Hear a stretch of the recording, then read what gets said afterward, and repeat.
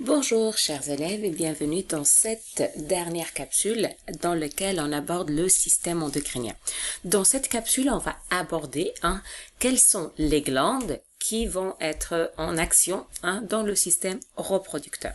Rappelle-toi, on a déjà vu que notre hypothalamus, il va produire une hormone qui a l'acronyme CGNRH et c'est une hormone qui va être produite de manière pulsatile. Ça veut dire quoi? Ça veut dire qu'elle va être fonctionnelle à certains moments, puis à certains moments, elle va être produite soit en petite quantité, soit qu'elle sera quasi absente. Cette hormone, elle va activer l'hypophyse et l'hypophyse, à son tour, elle va produire deux hormones. Elle va produire la FSH, donc c'est une hormone qui va être produite d'une manière constante, tout le temps. Ce qui va changer, c'est la quantité qui va être produite durant le temps. Et elle va produire une autre hormone, la LH. Mais cette hormone, elle va être produite à quelques moments de le cycle menstruel. On va commencer. La FSH est une hormone qui va stimuler. Ça veut dire quoi? Ça veut dire qu'elle va être responsable du développement et de la maturation du follicule ovarien jusqu'à qu'il devienne mature. Ça veut dire quoi, follicule? C'est une cellule primaire qui va se développer, qui va croître pour pour permettre le développement et la maturation de l'ovule. Donc, la FSH, je répète, elle va être là, donc durant le début du cycle menstruel dans lequel je vais passer par plusieurs stades jusqu'à que je vais avoir ce qu'on appelle le follicule mature, c'est-à-dire le follicule de Graaff. Mais une fois le follicule de Graaff est prêt, c'est ce qui nous manque, ça nous manque que on doit libérer l'ovule. Mais pour permettre l'ovulation, on a besoin tout simplement de libérer une deuxième hormone.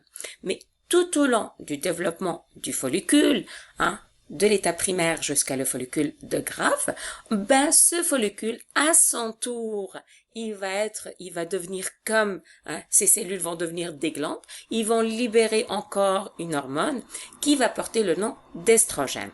C'est quoi le rôle d'estrogène? Dans ce cas, dans le cycle menstruel, elle va permettre le développement, la maturation de la couche interne de l'utérus, qui est l'endomètre. Elle va permettre sa vascularisation pour préparer l'utérus à une future grossesse. Et en même temps, c'est aussi l'estrogène qui va permettre, on va voir plus tard, le développement de caractères secondaires sexuels chez la femme. Donc, je répète, durant le début du cycle menstruel, qu'est-ce qu'on a? On a la FSH qui va permettre le développement du follicule. Le follicule, durant son développement, il va libérer de plus en plus une hormone qui s'appelle l'estrogène. Lorsque on atteint la maturité, on atteint en même temps une quantité maximale d'estrogène et à ce moment, cette quantité maximale d'estrogène dans le sang va entraîner l'activation de l'hypophyse pour libérer la deuxième hormone qui est la LH. L'LH va être libérée en quantité très importante pendant une courte durée et celle-là va permettre tout simplement de déclencher l'ovulation. Je rappelle encore que l'ovulation c'est quoi? C'est tout simplement c'est que l'ovaire il va se rompre un petit peu et le follicule de Graaff il va se rompre un petit peu permettant la sortie de l'ovule à l'extérieur de l'ovaire qui va être recueilli par le pavillon et qui va rentrer dans les trompes de Fallope en attendant une future fécondation. Et qu'est-ce qui arrive? Une fois après l'ovulation, qu'est-ce qui arrive à notre corps? L'ovule attend encore son futur spermatozoïde et le restant du follicule il va se regrouper, il va former ce qu'on appelle un corps jaune et ce corps jaune, sous l'effet des restants du LH, il va à son tour se transformer comme une glande et il va libérer une deuxième hormone, c'est la progestérone. La progestérone, qu'est-ce qu'elle va permettre à son tour? Elle va permettre de garder l'endomètre en bon état et aussi de le rendre de plus en plus épais pour encore se préparer pour une future fécondation et une future grossesse. Cependant, s'il n'y a pas de fécondation, qu'est-ce qui arrive? Tout à fait, hein, la LH, elle sera plus libérée, donc l'hypophyse arrête la libération de LH, et par conséquent, donc je ne peux plus maintenir le corps jaune, donc il y aura plus de progestérone qui va permettre à l'endomètre de rester en place, et à ce moment, ça fait quoi? Ça fait tout simplement la dégradation, la désintégration de l'endomètre.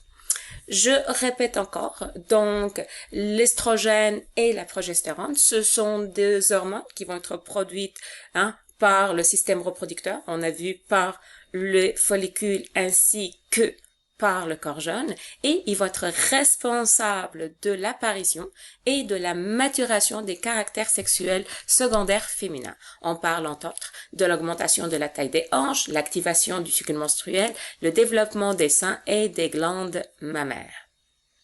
Donc, avec ça, on a fait un petit résumé de quelques glandes qui font partie du système endocrinien.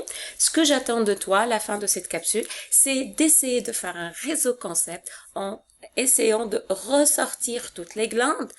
Assure-toi de donner le nom des hormones et le rôle des hormones dans les autres systèmes. Donc, de ressortir tous les liens possibles avec tous les systèmes qu'on a abordés durant cette année.